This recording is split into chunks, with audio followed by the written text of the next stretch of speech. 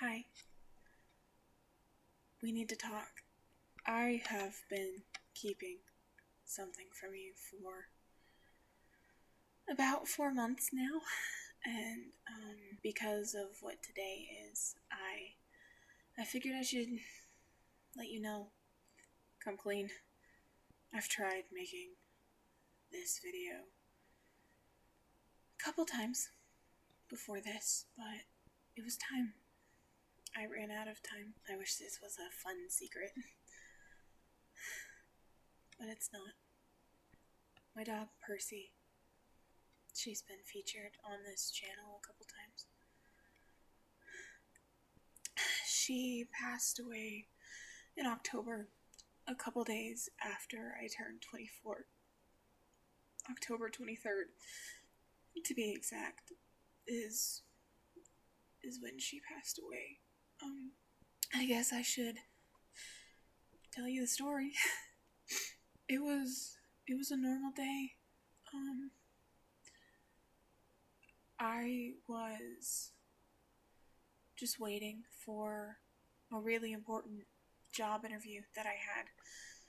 Later that day, we were playing and everything, and for the past couple days, I had noticed that Percy had been getting outside of our fence, and we have, it's scary terms, but it's like an invisible electric fence. They wear a collar. If they go past the boundary, they get a little shock, and they come back. But recently I had noticed that she had been going past that. And so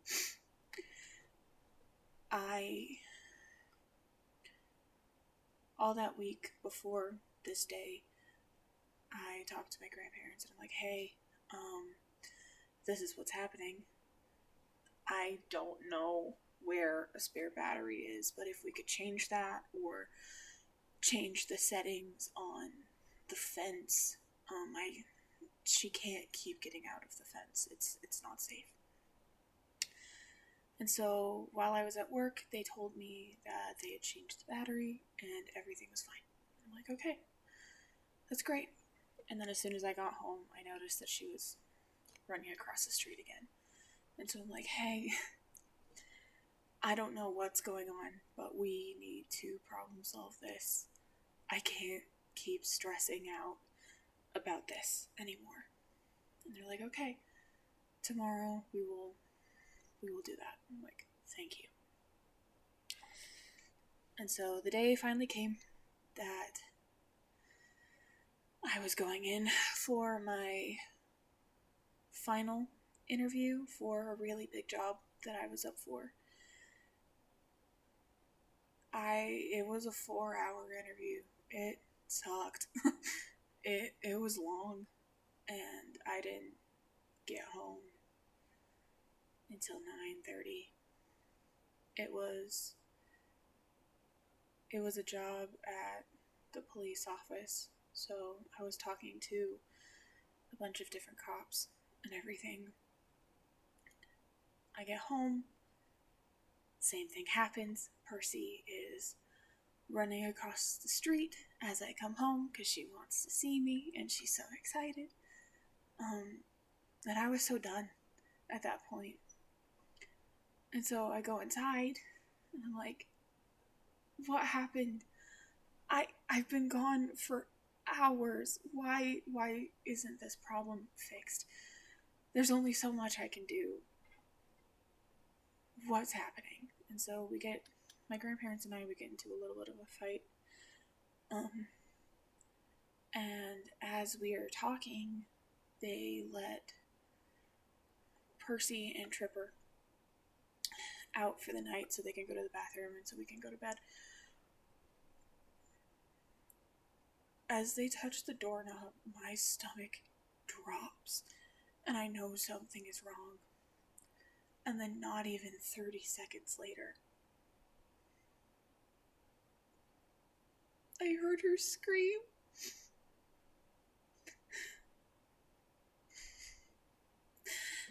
I've never run so fast in my life.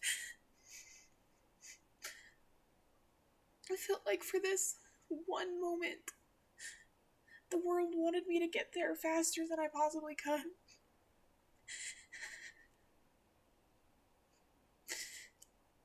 I couldn't breathe. Everything was so cold.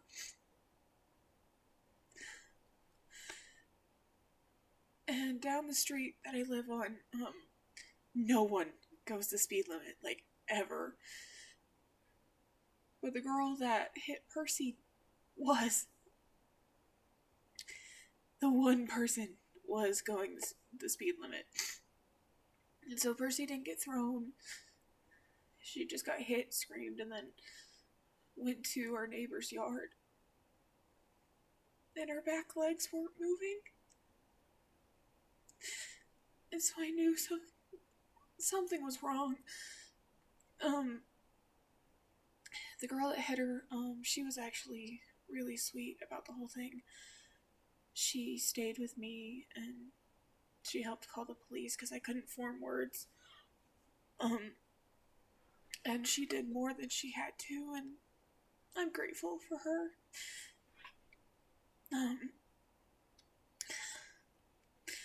And funnily enough, the police officers that I had just gotten to know and was talking to not even in 30 minutes earlier were there, and they were as much shock as I was.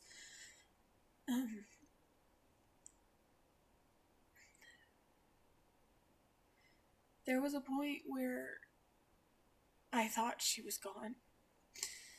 Like, her breathing stopped and she was cold. And then a minute later she came back. Part of me wishes it would have just ended there, because it would have saved me so much pain. And she wouldn't have had to suffer as long as she did. A lot of crying, a lot of anger, a lot of hopelessness. Eventually we get a hold of our vet, and I, with the help of a couple others, get her into the back of my grandpa's truck, and we drive there. And you can tell she broke her back. Only the top half of her was moving. She was in so much pain. We got there, they checked her out, and they said that they would keep her overnight, and I had two choices. I could either see how she does, if she survives the night, we could talk about a prosthetic for her back legs so that I could keep her, or if she's still awake in the morning, I would have to put her down. That's a lot to process, especially when it's your own pet. I didn't go to sleep until 3 in the morning because I was just crying, and I was praying that I would at least be able to be there for her, because she was always there for me. At least I wanted to be able to be there when they put her down. I didn't even consider the wheelchair because she loves running so much. And with the terrain of the pasture that we have, and how every door has stairs, it wouldn't have been fair to her. And there was no way I could be that selfish. And so I got a couple hours of sleep, and my grandma, she woke me up at 9 in the morning and told me that they got the call that she was awake and I needed to make a decision. And I sobbed uncontrollably for hours. I couldn't breathe. I forgot how. And I decided I was going to be there for her when this happened. So everything happens. They do the shot. I get to see her one last time. And my heart breaks even more. During the time I was in a show, I was in Fiddler on the Roof. And I played for Miss Sarah. And during this time, my grandparents went to Europe. And so I was alone in the house for a month without my dog and only with my grandparents' dog. It was early November. I was finally having a good day after everything, and they called and they said that her ashes were ready. And so I called my best friend Kai and I asked them to be with me. So they made the trip. They stayed for a couple days, they saw the show, and they went with me to get this little box that holds Percy. It's actually kind of really funny now. When I went to go pick her up, I'm like, "Hi, I'm here for my dog." They're like, "Cool, what's the name?" I'm like, "Percy, she should be in a box." They didn't laugh at that joke. I thought it was pretty funny. And they're like, "Oh, 1 second." And there was the cash register, a little desk, and then there was a little shelving area over here. And they go over to the shelving area, and they take this white, like, goodie bag, and they just hand it over. Let me tell you, getting your dog handed to you in a party bag is an experience. Let me tell you, it's an experience. They ended up giving me a condolence card. They gave me a certificate of her cremation, and it all became real. And the first time that I ever held this box, it was so heavy and yet so light at the same time. Because Percy, she was a pretty decent sized dog. Definitely heavier than this. And so, living in the new reality that my dog is stuck in a box for forever and she just lives on my desk and holds my D&D dice sometimes. She's really good at holding those. It's weird. It takes a while to get used to. The first night, I fell asleep just holding it, which is... it's not the most comfortable thing in the world. I'll be honest, you're not very comfy. I hate to tell you that. But it's taken me 4 months to get through that without breaking down.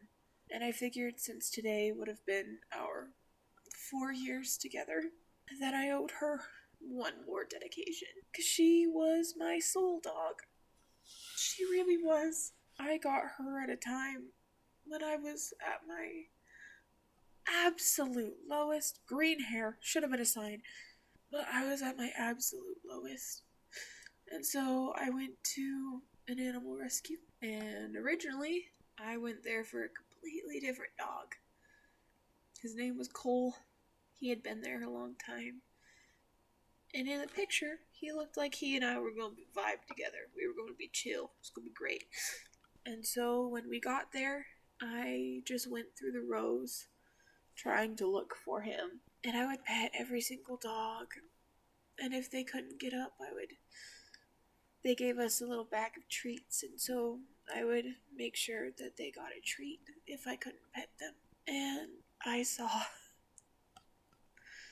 this scraggly little pup. Her ribs were poking through, and there was just this immediate connect between us. I went up to the bars and I put my hand up, And she immediately came over and she put her paw on my hand, and we just stared at each other for a couple minutes. I pet her and she was immediately at ease. Every other dog was excited that they were getting attention, but we shared this really intimate moment. And I looked to my dad and I was like, bro, you seeing this? This is crazy. He's just like, yeah, okay. And so we continued on through the rows of dogs. And Cole was the very last dog that we found. And he wanted nothing to do with me. Which was so strange because every other dog was up there. Even if they were bedbound, they were excited to see me. He was so angry, and there was something there where I knew that he wasn't the dog I was supposed to get. Which makes me really sad because he had been there a long time, and I don't know if he's still there. I hope not. That would make 7 years he was there. So I hope he found a home. And so I talked to my dad. I'm like, well, that was the dog I was gonna get. He's like, well, I know the dog you should. Because getting a dog was his idea. He noticed how depressed I was and how lonely I was at that time. And I'm really grateful he had that idea. He's a really caring man, and I'm really glad that he's my dad. And so we went back to Percy. Although at that time her name was Bean, because they picked her up on Bean Street, so they were very creative with the name. And we got her. And every day, the last 4 years, well, 3 years and 8 months, but 4 years, even through the roughest challenges I had in the last 4 years, she was my heart. She just knew. I'll never understand how. She wasn't trained like that at all, but she tried her best to help, and she did a great job. She was probably one of the only reasons why I survived as an assistant manager at the arcade that I worked at for so long. Because no matter how bad of a day I was having, coming home to her happy face and her Yoda ears and her wagging tail, it made it all worth it. That's the story of my Percy girl, my little Persephone. The box that will forever stay on my desk. So on top of the box, a long time ago, I got a dress that came with a matching bow and a matching dog collar. And one day I was gonna have us do a little photo shoot with our outfits on. That day never came. I never found the time. And so on top of her little box rests her little dog collar that she only wore twice, and never for the purpose that I intended it. I miss her. Every day, I miss her. But I know, and I recognize that she's in a better place than I could ever keep her. As painful as that is to realize, she's in a better place. There will be a couple videos with Percy in them after this one. And those are the last videos with Percy in them, which is a whole new thing to grieve, and I'll do that when those videos get posted. Happy would-be 4 years, Percy. I miss you every day. And surprisingly, your box is really nice to cuddle with. Cherish your loved ones. You never know when your last days with them will be. It was a normal day until it wasn't. Thanks, I guess, for giving me a place I can memorialize my dog.